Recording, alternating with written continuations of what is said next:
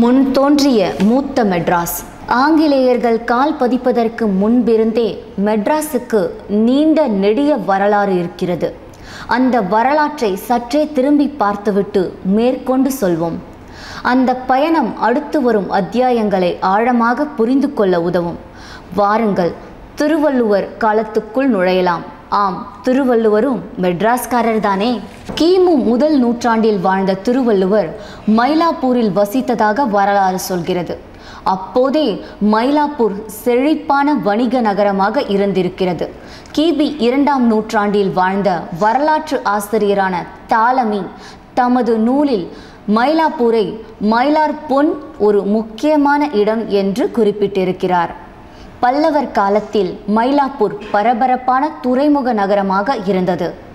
7ஆம் நூற்றாண்டில் கடற்கரையோரம் கட்டப்பட்ட கபாலீஸ்வரர் கோவில் பற்றிய குறிப்புகளே இதற்கு முக்கிய சாட்சி. அதையெல்லாம் பார்த்தே 16ஆம் நூற்றாண்டில் போர்த்துகீசியர்கள் மயிலாப்பூரில் கரை ஒதுங்கினர். பின்னர் அவர்கள் இந்த கோவிலை இடித்துவிட்டு மயிலாப்பூரில் நகரையே கடற்கரையில் இருந்து சற்று தள்ளி உட்புறமாக நிறுவினர். பின்னர்தான் தற்போதுள்ள கோவில் கட்டப்பட்டது. மயிலாப்பூரை போன்றே திருவல்லிக்கேணி, திருவொற்றியூர், பல்லாவரம், வேளச்சேரி, திருவான்மியூர், குன்னத்தூர், மாங்காடு, பூவிருந்தவல்லி, பாடி, திருமுல்லை வாயில், புழல், புலியூர் போன்ற இடங்கள் மிகவும் தொன்மை வாய்ந்தவை. இங்குள்ள பழைய கோவில்களே அதற்கான சாட்சியங்கள்.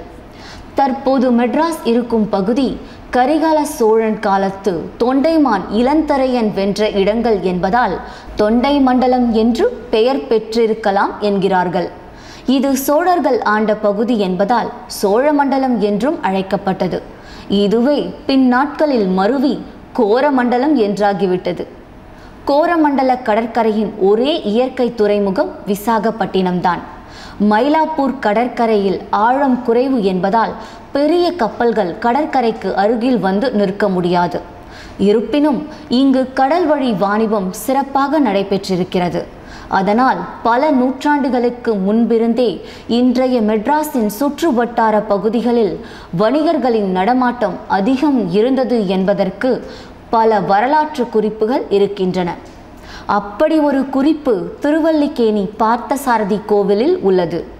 இது தந்திவர்மனின் கிபி 808 12ஆம் ஆட்சி காலத்தை சேர்ந்தது.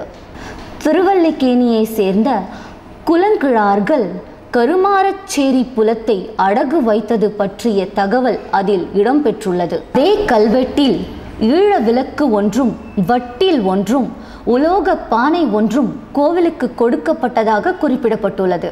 ஆக 9ஆம் நூற்றாண்டிலேயே இலங்கையுடன் இந்த பகுதியில் இருந்தவர்களுக்கு வணிக தொடர்பு இருந்ததற்கு ஈழ விளக்கு ஒரு சாட்சியாக பார்க்கப்படுகிறது.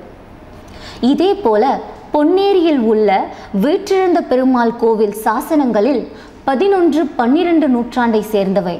வெளிநாட்டு வணிகர்களின் பாதுகாப்புக்காக மயிலாப்பூருக்கு வரும் கப்பல் வணிகர்களிடம் இருந்து வரி வசூலிக்க முடிவு செய்யப்பட்டது என்று குறிப்பு உள்ளது. இதே பகுதியில் சின்ன காவானம் வள்ளலாரின் தாயார் ஊர் என்ற ஊரில் நூற்றெற்றீஸ்வரர் கோவில் உள்ளது. இந்த கோவிலில் 2500 ஆண்டு பழமையான மரம் ஒன்று உள்ளது. ஏறு அழிஞ்சல் மரம் என்று அழைக்கப்படும் இந்த மரத்தின் சிறப்பு என்னவென்றால் இதில் இருந்து கீழே விழும் பழங்கள் உலர்ந்ததும் மீண்டும் மரத்துக்கே சென்று விடுகின்றன என்பதுதான். வேப்பங்கொட்டையை போல இருக்கும் இந்த பழங்கள் மெல்ல நத்தை போல ஊர்ந்து மரத்தை நெருங்கி பின்னர் மரத்தில் ஏறி விடுகின்றன. நம்புவதற்கு சற்று சிரமமாக இருந்தாலும் மரம் முழுவதும் ஆங்காங்கே ஒட்டி கொண்டிருக்கும் கொட்டைகளை பார்க்கும்போது நம்புவதை தவிர வேறு வழியில்லை.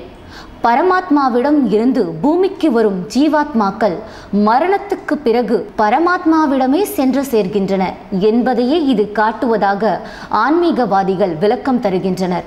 மொத்தத்தில் 2500 ஆண்டுகள் பழமையான இந்த மரம் நமது முன்னோர்களால் தொடர்ந்து பாதுகாக்கப்பட்டு நம் கைகளில் ஒப்படைக்கப்பட்டதில் இருந்தே இந்த பகுதியில் பல நூற்றாண்டுகளாக மனிதர்கள் வாழ்ந்திருக்கிறார்கள் என்பது தெளிவாகிறது.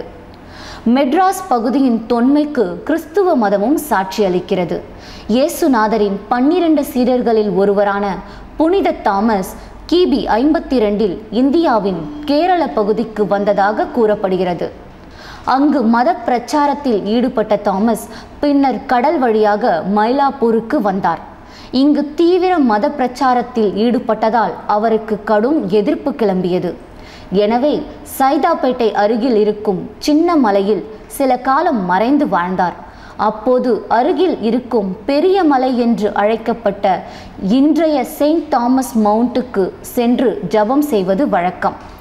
அப்படி ஜபம் செய்து கொண்டிருந்த போது கிபி 72 எதிரிகளால் பின்னால் இருந்து ஈட்டியால் குத்தி கொல்லப்பட்டார் என்று சொல்லப்படுகிறது.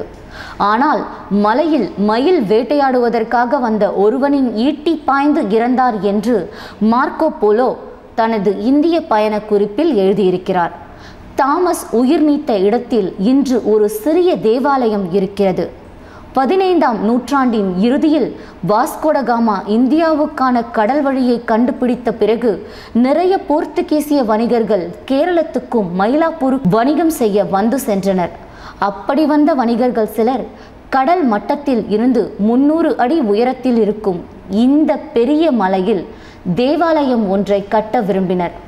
அதற்காக அவர்கள் கட்டுமான பணியில் ஈடுபட்ட போது புனித தாமஸ் வழிபட்ட கற்சிலுவை இரத்த திட்டுகளுடன் கிடைத்ததாக கூறப்படுகிறது. எனவே தாமஸ் கொலையுண்ட அதே இடத்தில் கிபி 1523ஆம் ஆண்டு ஒரு தேவாலயம் கட்டப்பட்டது.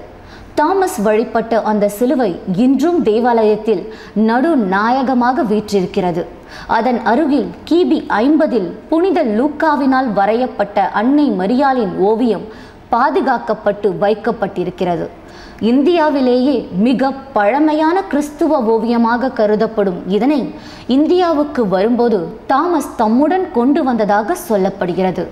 இதை பற்றி கேள்விப்பட்ட சந்திரகிரி மன்னர் 1559 இந்த ஓவியத்தை தனது மாளிகைக்கு கொண்டு வர செய்து பார்த்ததாகவும் பின்னர் அரசு பல்லக்கில் வைத்து இதனை பெரிய மலைக்கு திருப்பி அனுப்பிவிட்டதாகவும் ஒரு தகவல் உண்டு. மெட்ராஸின் தொன்மைக்கு பல்லாவரத்தில் கிடைத்த பழைய கற்கால கைக்கோடாரி மிகச்சிறந்த வரலாற்று ஆதாரம். 1863ஆம் ஆண்டு இந்திய தொல் பழங்கால வரலாற்றின் தந்தை என்று போற்றப்படும் சர் ராபர்ட் ப்ரூஸ் புட் இந்த பகுதியில் நடத்திய அகழ்வாய்வில் பழைய கற்கால மனிதர்கள் பயன்படுத்திய கைக்கோடாரிகள் கிடைத்தன. இதுதான் இந்தியாவிலேயே முதன்முறையாக கண்டெடுக்கப்பட்ட பழைய கற்கால கருவி. சுமார் 2.5 லட்சம் ஆண்டுகளுக்கு முன் ஆதி மனிதர்கள் வாழ்ந்த சில குகைகளையும் பூண்டிக்கு அருகில் உள்ள அல்லிக்குழி மலைத்தொடரில் ராபர்ட் ப்ரூஸ் புட் கண்டுபிடித்தார். இவற்றின் மூலம் பழைய கற்காலத்தில் இருந்து மெட்ராஸ் சுற்று வட்டார பகுதிகளில் மனிதர்கள் வசித்திருக்கிறார்கள் என்பது சந்தேகத்துக்கு இடமின்றி நிரூபணமானது. பல லட்சம் ஆண்டுகளாக ஓடிக்கொண்டிருக்கும் கூவம் ஆறும் கொற்றலை ஆறு எனப்படும் பழைய பாலாறும் ஆதி மனிதனின் தாகம் தணித்ததற்கான ஆதாரங்கள் இருக்கின்றன.